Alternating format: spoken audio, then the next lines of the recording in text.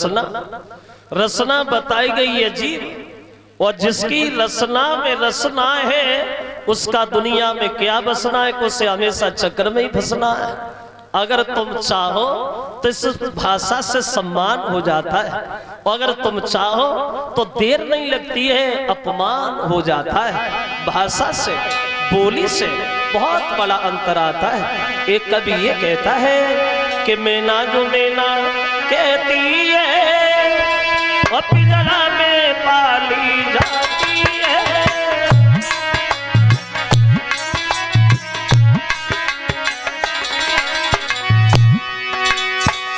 मैना, मैना कहती पक्षी को, तो मैना के मुंह से बड़ी मीठी भाषा निकलती है कि मैना, मैना में कुछ नहीं, हर आदमी से बड़े सम्मान से पालता है, पकड़ता है। लेकिन बात यह है, मैना जो मैना कहती है पिंजरा में पाली जाती है, बकरी जो में करती है वो गले छुरी फिरवाती है।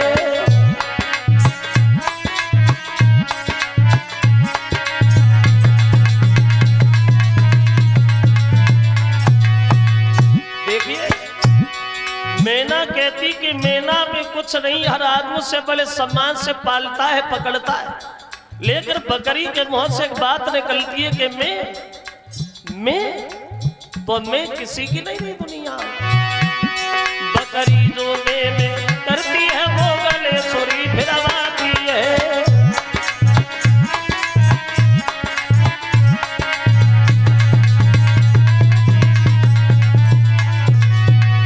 इसलिए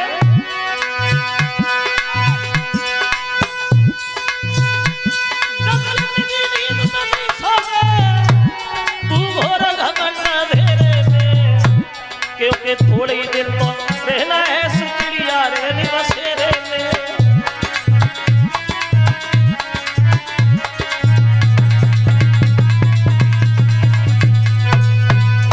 कहने का मतलब हमारा ये है श्रोता बंधु, कभी हमारे हाथ से ऐसा कुछ न हो जाए जो दूसरे को कष्ट हो, दूसरे का दिल दुखे।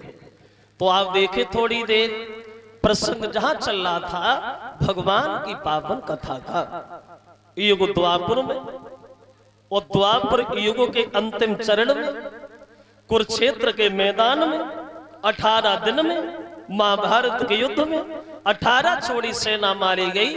विनाश हुआ कौरवों के राजा दुर्योधन का, और ये पांडव जो थे ये 5 के 5 ही बनी रहे।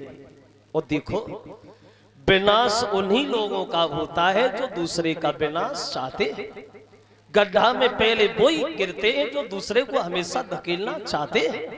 तो दुर्योधन कूटनीति वाला, और वैसे ये महाभारत का जो युद्ध हुआ था किसी बड़ी बात के कारण नहीं हुआ। अगर द्रौपदी दुर्योधन से ये न कहती कि अंधे के अंधा हुआ तो शायद ये महाभारत का युद्ध ही नहीं होता।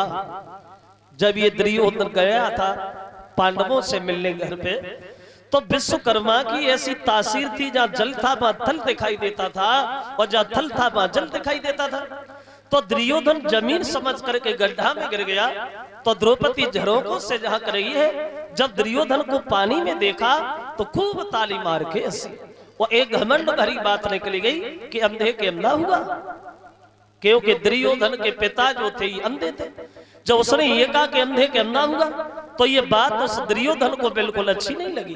दुर्योधन जल गया, वो चिल्लाने लगा, द्रौपदी सुनो, आज से तुम अंधा बता रही हो, परिवार के रिश्ता में वो तेरे ससुर लगते, और हम तुझसे बड़े तो हम तेरे जेठ लगते, लेकिन तू घमंड में इतना भूल गई, अपने से बड़े का सम्मान करना भूल गई, सारी मर्यादा की दीवार तोड़ गई।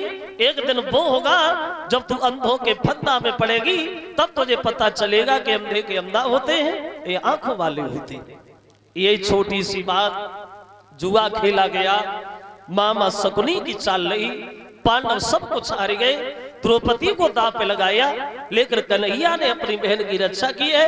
और इतना बड़ा विवाद बनता चला गया सगे भाइयों में, जो ये महाभारत जैसा युद्ध हो गया, विनाश हुआ दुर्योधन का, और ये पांडव जो थे ये 5 के 5 ही बने रहे। जब दुर्योधन के सारे भाई मारे गए, अकेला दुर्योधन बचा है, लेकिन दुर्योधन के दिल में फिर भी कोई तसल्ली नहीं।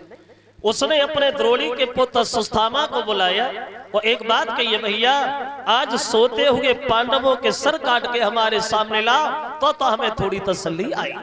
अब देखिए अश्वत्थामा चला है तलवार लेकर के अंधेरी रात में पांडवों का वध करना, लेकिन कन्हैया पहरेदारी में लगे हैं। तो कन्हैया ने मन में एक विचार किया, अगर ये पांडव मारे गए तो मेरा वचन गलत हो जाएगा, क्योंकि हमने द्रौपदी को ये वचन दिया है कि जब तक हम हैं तब तक तुम सुहागिन रहोगी।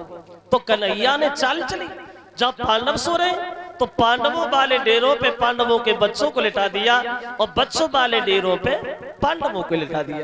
तो अंधेरी रात में अश्वत्थामा पहचान नहीं पाया और सोते हुए पांडवों के बच्चों के सर ही काट के चला गया। सुबह हुआ, द्रौपदी गई है डेरों में पतियों के दर्शन करने, तो क्या देखा पति तो नहीं है लेकिन बच्चों की लाशें पड़ी, पछाड़ खा के गिर गई।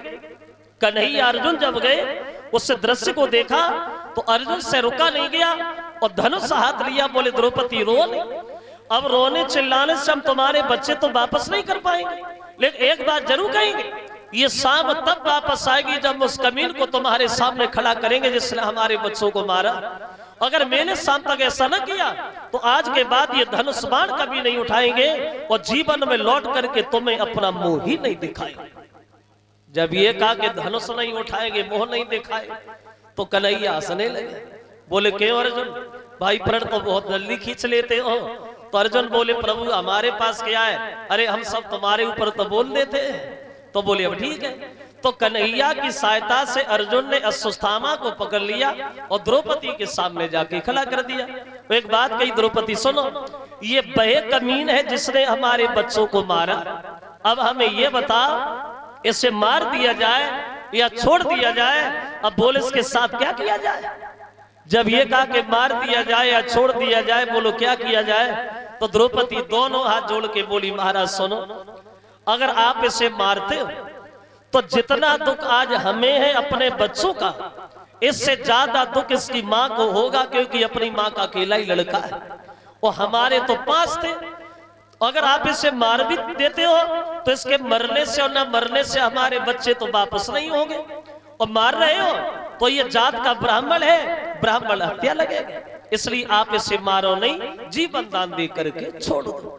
जो ये शब्द कहे तो कन्हैया हंसने लगे, बोले सच आया सामने बहन, अब मैं समझ गया, अगर ये पृथ्वी टिकी है तो तुम्हारी जैसी सुशीला गुलाम के ऊपर, अगर बहादुरों का कई सम्मान है तो तुम्हारी जैसी महिलाओं के ऊपर, जो तुमने अपने बच्चों का मुंह छोड़ा, एक अनाथ ब्राह्मण के प्राणों की भीख जो मांगी।